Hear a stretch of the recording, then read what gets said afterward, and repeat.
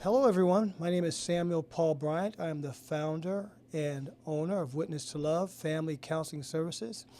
And I'm really enthusiastic and joyful to be talking to you today about the election of Pope Leo XIV. How excited I am as a Catholic that we have elected a new Pope. In particular, I'm excited as an American Catholic that our new Pope is American. I would have never thought in my lifetime that we would have elected a American-born Pope. So it's been very exciting for me. And while I've been going through my reflection during this time period, I really wanted to share with people my experience of the papacy as a convert and kind of what transpired in my evolution as a Catholic in this election of this Holy Father, Pope Leo.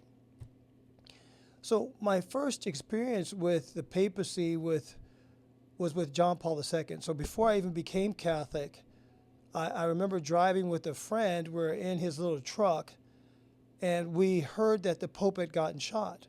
And my friend said, let's go to the church and pray a rosary for the Pope. And I'm about 15 years old at this time. I'm like, yeah, let's go pray for the Pope.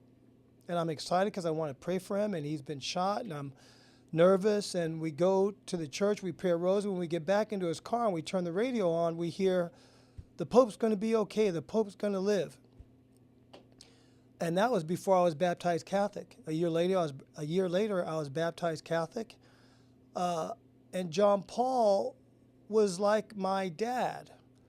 Growing up fatherless, that was a big deal for me because through his teaching, through his vibrancy, through his love, I learned how to be Catholic through him.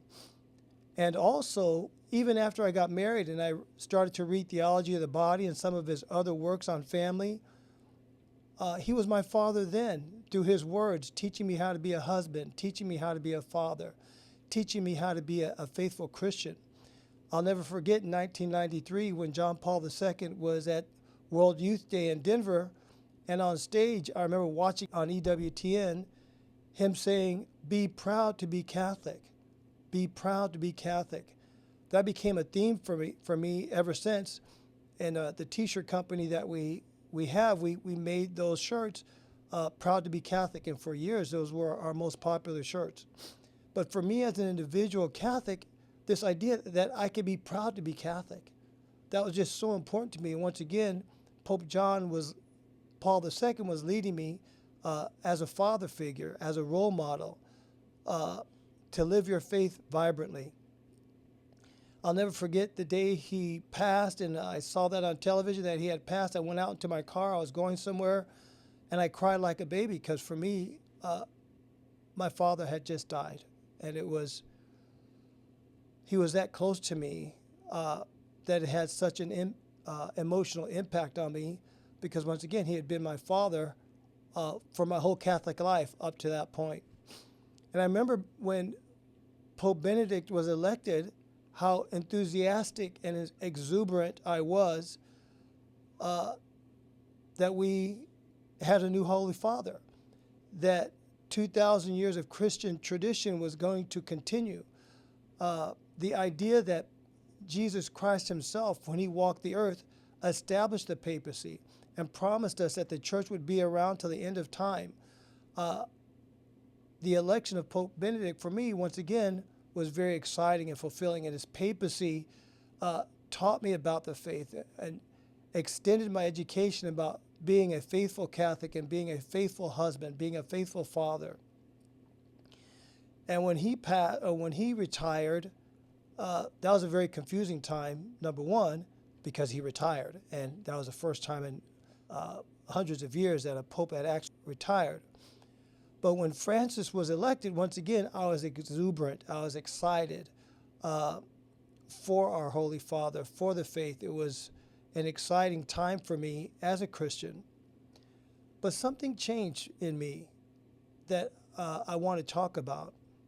Somewhere during Pope Francis's reign, I started to become more skeptical of the papacy, more doubtful of the papacy. It became something that created more confusion for me than it did clarity. And I started to become skeptical.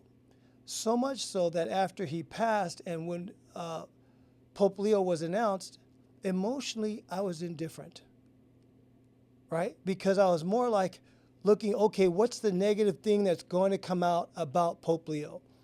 And then I knew there was something wrong. And not with the system, but with me, right? And I knew at that point that I needed to change something in me to stop being skeptical, to start to embrace again the papacy and Pope Leo in particular now as my father in faith. And it's a failure on my part not to embrace him, not to pray for him, and not to be enthusiastic about his papacy. So I put this message out there for all my brothers and sisters of faith.